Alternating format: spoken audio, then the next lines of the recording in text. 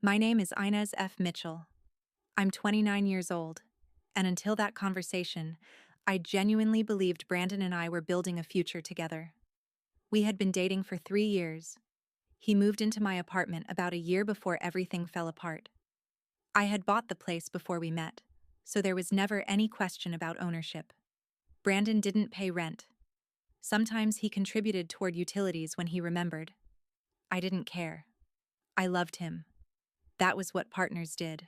Or at least what I believed partners did. I worked at an accounting firm. Stable job, predictable schedule, decent money. Brandon worked in event planning, which sounded glamorous until you realized it meant spending nights around venues, alcohol, performers, promoters, and people who considered 3 in the morning an acceptable time to discuss business. At first, we worked. I would come home and find him planning events at the kitchen table. He would tease me about tax season. We cooked elaborate Sunday breakfasts and argued over what movie to watch. Then, around April, something changed. Brandon started coming home later. Then later. By June, he was out 4 or 5 nights a week. I would arrive home around 6, cook dinner for 1, and fall asleep before he stumbled through the door smelling like cigarette smoke and cheap beer. When I mentioned it, he barely looked away from his phone. It's networking, Inez. Events happen at night. I know. I just miss you. I'm right here. Except he wasn't. Not anymore. His phone was always angled away from me. He smiled at messages he never shared. He started dressing differently whenever he went out. I convinced myself I was being insecure. Then one Thursday night, several coworkers dragged me to happy hour at a trendy downtown bar. That was where I saw him. Brandon stood at the bar beside a woman I had never met. Chloe, mid-20s, tattoos down one arm. The kind of effortless confidence that made people turn their heads. Her hand rested against Brandon's waist. He leaned close when she spoke. Then she fed him a cherry from her drink. I watched for maybe 5 minutes. 5 minutes was enough. I went home without confronting him. Brandon came through the door around 3 in the morning. You're still awake? Couldn't sleep. He didn't ask why. A few days later, I bought his favorite Thai food and waited. He arrived unusually early. What's all this? I thought we could actually talk. His expression tightened immediately. I told him I felt like he had disappeared from our relationship. He rolled his eyes. Here comes the guilt trip. Then I asked, Who's Chloe? For half a second, his face changed. He recovered quickly. She's a friend. I saw you together. Silence. Finally, Brandon exhaled. You want honesty? Yes. I've been spending time with her. My stomach tightened. But I haven't cheated, he added quickly. Not technically. Not technically? She makes me feel alive, Inez. I just stared. He told me I was stable, responsible, dependable. I owned my apartment, had savings, a retirement plan. Your wife material, he said. The words should have sounded flattering. They didn't. And Chloe? He looked almost embarrassed. She's fun. Then he explained it. Chloe took him to underground shows and rooftop parties. She danced until 4 in the morning. She was spontaneous. Everything I apparently wasn't. Finally, I asked, So what exactly do you want from me? Brandon looked directly into my eyes. Why do I have to choose? I said nothing. You give me stability. A home. A future. Chloe gives me excitement. Why can't I have both? There it was. He wanted me as the foundation, and another woman as the adventure. He wanted to live in my apartment while exploring her. I stood and walked toward the window. Behind me, Brandon kept talking about being evolved and honest about needs. Then I turned around. Okay. He blinked. Okay? You're right. Let me think about it. Relief spread across his face. He kissed my cheek. This is why I love you. You're so rational. Then he grabbed his jacket and left to meet friends. The second the door closed, I called my sister Nina. He wants to date another woman while living in my apartment. 5 seconds of silence. Then, please tell me you're throwing him out. I looked around the home I had paid for. The couch, the kitchen, the life Brandon apparently thought would wait patiently while he experimented. Yes, I said. Tomorrow. And suddenly, for the first time in months, everything felt completely clear. I barely slept that night. Not because I was reconsidering, because once the decision was made, my brain shifted into logistics. Brandon wanted both. He wanted my apartment, my stability, my groceries, my predictable life, and Chloe whenever he needed excitement. Fine. He could have the excitement. The apartment was staying with me. At 9 the next morning, Nina showed up carrying coffee and wearing the expression of someone ready to dismantle a crime scene. Where is he? Work. When does he get back? Usually 6. She handed me a coffee. Then we have 9 hours. The moving boxes arrived 10 minutes later, 20 of them. My friend Kevin came around 10 with his truck. I explained everything in under a minute. Brandon wanted permission to date Chloe while continuing to live with me. Kevin stared at me. He actually said that? Pretty much word for word. He picked up an empty box. Which room? That was all I needed. Nina handled the bedroom. She folded Brandon's shirts, packed his jackets, shoes, watches, and every piece of clothing carefully. Nothing damaged. Nothing thrown away. I wanted there to be absolutely no argument later about what happened to his belongings. I packed the bathroom. Hair products, cologne, skincare. The ridiculous collection of grooming products that took up an entire shelf. Kevin handled the spare room where Brandon kept his event planning materials. Laptop accessories, notebooks, client binders, a vision board covered in phrases about living without limits. I stared at that one for a second, then placed it inside a box. By 2 in the afternoon, almost everything Brandon owned was stacked near the front door. While checking the bedroom one final time, I found an old photo tucked behind a drawer. Us at the beach during our first year. Brandon was laughing. I was kissing his cheek. We looked happy. For 1 second, grief punched through the clarity. I remembered that man. Or maybe I remembered who I thought he was. I put the photograph into his box. Nina watched me. You okay? Yeah. You sure? I looked around the room. It already feels bigger. After we finished packing, I checked something important. Brandon had never signed a lease. He had never paid rent. There was no rental agreement and no financial record establishing him as a tenant under our arrangement. I had already confirmed what I was allowed to do, so I changed the locks. New deadbolt, new keys. Then I sat at the kitchen table and wrote one note. Thought about it. No. Your belongings are packed. Arrange pickup within 48 hours. The locks have been changed. Do not contact me. We're done. I signed my name. Nothing more. No explanation. He had already received one. I taped the note to the top box. Then I blocked Brandon's number.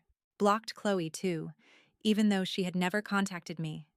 Then I blocked a couple of his friends I knew would volunteer as messengers. At 3:30, Nina, Kevin, and I left for a drink. I didn't want to be home when Brandon arrived. My neighbor, Mrs. Chun, filled me in later. Around 6, Brandon came home. He put his key into the lock. It didn't turn. He tried again. Then he knocked. Then called my name. That was when he noticed the boxes. Mrs. Chun stepped out of the elevator while he was sitting on the hallway floor holding my note. He kicked me out, Brandon apparently told her. Mrs. Chun frowned. Did you cheat on her? No. I just asked if we could explore something more open. She looked at the boxes, then at him. Sounds like she explored her options too, and walked inside her apartment. When I returned around 9, Brandon was gone. The boxes remained. My voicemail, however, was full. 7 different numbers. I listened to one. Inez, this is insane. I was being honest with you. Isn't honesty better than cheating? You can't just throw me out.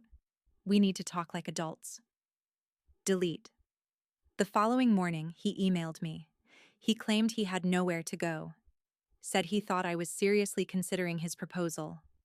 asked me to let him come back so we could figure this out together. I didn't respond. He coordinated the pickup through Nina. Sunday morning, Brandon arrived with a rented van and one of his friends. I stayed at Kevin's. Nina supervised. Brandon apparently kept asking the same question. How is she? Fine. Can you tell her I'm sorry? No. Nina, please. I was just trying to be honest. She looked at him. You wanted wife benefits and another woman for fun. Inez isn't your safety net. By noon, every box was gone. When I came home that evening, the apartment was almost unnaturally quiet.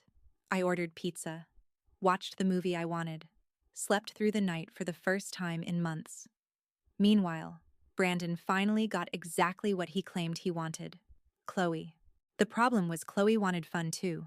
Not bills, not responsibility, not a live-in boyfriend with 20 boxes and nowhere else to go. Within 2 weeks, she started pulling away. And suddenly, Brandon began discovering just how expensive adventure became once I stopped paying for the stable part.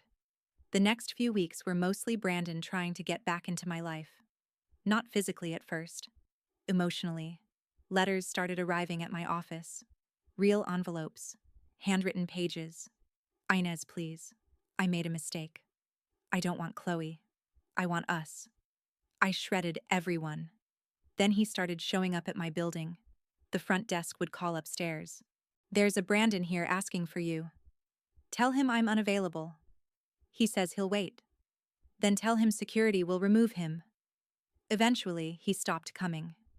Through mutual friends, I heard why. Brandon had been staying with Chloe. Or trying to. Her apartment was tiny, and she shared it with roommates.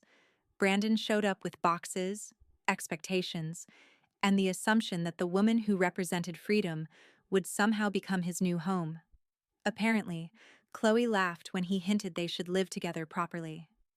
I'm not really a relationship person, she told him. That must have been an interesting sentence to hear after blowing up a 3-year relationship for her. Brandon pushed. Chloe pulled away. Within 2 weeks, she stopped answering him consistently. Then she ended whatever they had altogether. Suddenly, Brandon had no apartment, no free rent, no stable girlfriend paying most of the household expenses, and no exciting woman waiting to replace all of it. He ended up sleeping on friends' couches. Melissa let him stay for a while, but even she eventually got tired of the boxes, the late-night complaining, and Brandon constantly asking whether I had contacted anyone about him. I heard all of that secondhand. I felt less than I expected. No victory. No satisfaction. Mostly distance. For 3 months, I didn't date anyone. I worked, went back to the gym, started cooking for myself again instead of planning meals around someone else's schedule. I reconnected with friends I had neglected because Brandon always had an event, a deadline, a crisis, or somewhere more exciting he wanted to be. My boss noticed the difference.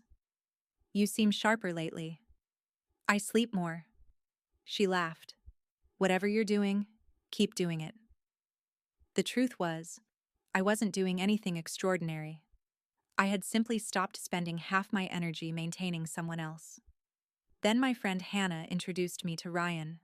He was 28, a teacher, grounded, funny in a dry way, and completely unimpressed by performative chaos. Our first date was coffee. Then dinner. Then another dinner. It felt easy. That word mattered. Easy didn't mean boring. It meant I wasn't constantly trying to decode someone's mood. Ryan paid his share without making a speech about independence. He showed up when he said he would. He remembered things. Little things. My coffee order. The name of the restaurant I wanted to try. That I hated crowded bars but loved live music when there was somewhere to sit. One night, he asked about my last relationship. What happened? I thought about how to answer without turning the evening into therapy. He wanted more than I could give him. Ryan raised an eyebrow. Or I wasn't enough. He shook his head. Sounds like his loss. I smiled. Yeah. For the first time, I believed that without needing someone else to convince me. By the 4th month, Ryan and I were seeing each other regularly. Nothing rushed. Nothing dramatic. Just healthy. Then a wedding invitation arrived. A mutual friend of mine and Brandon's was getting married in September. For about 30 seconds, I considered declining. Then I stopped myself. Why should I rearrange my life around avoiding him? I RSVP'd for 2. Ryan agreed to come. The wedding was beautiful. Open bar. Good food. A crowded dance floor. I was genuinely having fun. Then I saw Brandon. He was standing alone at the bar. He looked thinner. Not dramatically different, just worn down around the edges, like the last few months had stripped away some of the confidence he used to wear so easily. Our eyes met. His expression changed immediately. Ryan was in the restroom. Brandon started walking toward me. Inez. Hey. He swallowed. You look good. Thanks. You too. We both knew that second part wasn't entirely true. He glanced toward the hallway where Ryan had disappeared. Is that your boyfriend? We've been seeing each other. Brandon looked down at his drink. I've wanted to talk to you. I waited. I'm sorry. No excuses this time. No speech about honesty. No demand that I understand him. I was selfish, he continued. I didn't appreciate what I had. I appreciate you saying that. His eyes lifted. Do you forgive me? I thought about it. The boxes. The late nights. Chloe. The way he had described me as wife material while asking permission to pursue someone else. Yeah, I said. His face brightened. I forgive you. He stepped closer. Then maybe. No. His expression fell. You wanted both, I said quietly. I learned I want someone who wants only me. Before he could answer, Ryan came back. He stopped beside me. Everything okay? I looked at him. Yeah. And as Brandon watched Ryan take my hand, I realized forgiveness didn't mean reopening the door. Sometimes it just meant you could finally walk past it without looking back. Brandon looked at Ryan's hand around mine, then back at me. Something in his face collapsed. Not anger. Not yet. More like the final realization that forgiveness and reconciliation were not the same thing. So that's it? He asked. Yes. You're just moving on like none of it mattered? I almost laughed. It mattered. That's why I learned from it. Ryan glanced between us. I can give you 2 a minute. No, I said. You don't need to go anywhere. Brandon's jaw tightened. That was when the apology started unraveling. Inez, come on. We had 3 years. We did. I made one mistake. You asked me to stay home and be your future while you tested another woman. That's not fair. It's exactly what happened. He looked at Ryan again. So this guy just walks in after everything I built with you? Ryan remained calm. I'm not part of whatever you two need to resolve. Brandon laughed bitterly. Of course you are. His voice was getting louder now. A couple of people nearby started looking over. I had seen this transformation before. When Brandon believed he could get what he wanted, he was reasonable. When the answer stayed no, suddenly, everyone else was unfair. Chloe and I are done, he said. I know. How? People talk. She wasn't what I thought. That sounds familiar. He flinched, then lowered his voice. I miss home. There it was. Not I miss you. Home. The apartment. The stability. The life where someone else absorbed the boring parts so he could chase excitement. You miss what I provided, I said. That's not true. Then what do you miss? He opened his mouth. Nothing came out. I nodded. That's what I thought. Ryan squeezed my hand once. Brandon's embarrassment finally became anger. You think he's better than me? This was never about better. You replaced me. No. I ended a relationship after you told me one woman wasn't enough. People were definitely listening now. Brandon noticed too late. His face reddened. I was honest with you. And I was honest with you too. What does that mean? It means you asked for both. I looked directly at him. And I said no. The room seemed quieter. Brandon stared at me like he still expected some softer ending. You're really never coming back? No. His eyes dropped. For a brief second, I saw the man I had loved, the one who made Sunday brunch, the one who once fell asleep beside me while we talked about houses we might buy someday. I felt sad for that memory. But sadness wasn't a reason to repeat it. I hope things work out for you, I said. He gave a humorless laugh. With Chloe gone? With your life? Ryan and I walked away. Brandon didn't follow. Later, I saw him leave the reception alone. I expected satisfaction. There wasn't any. Just closure. Ryan and I danced after that. Nothing dramatic. No victory lap.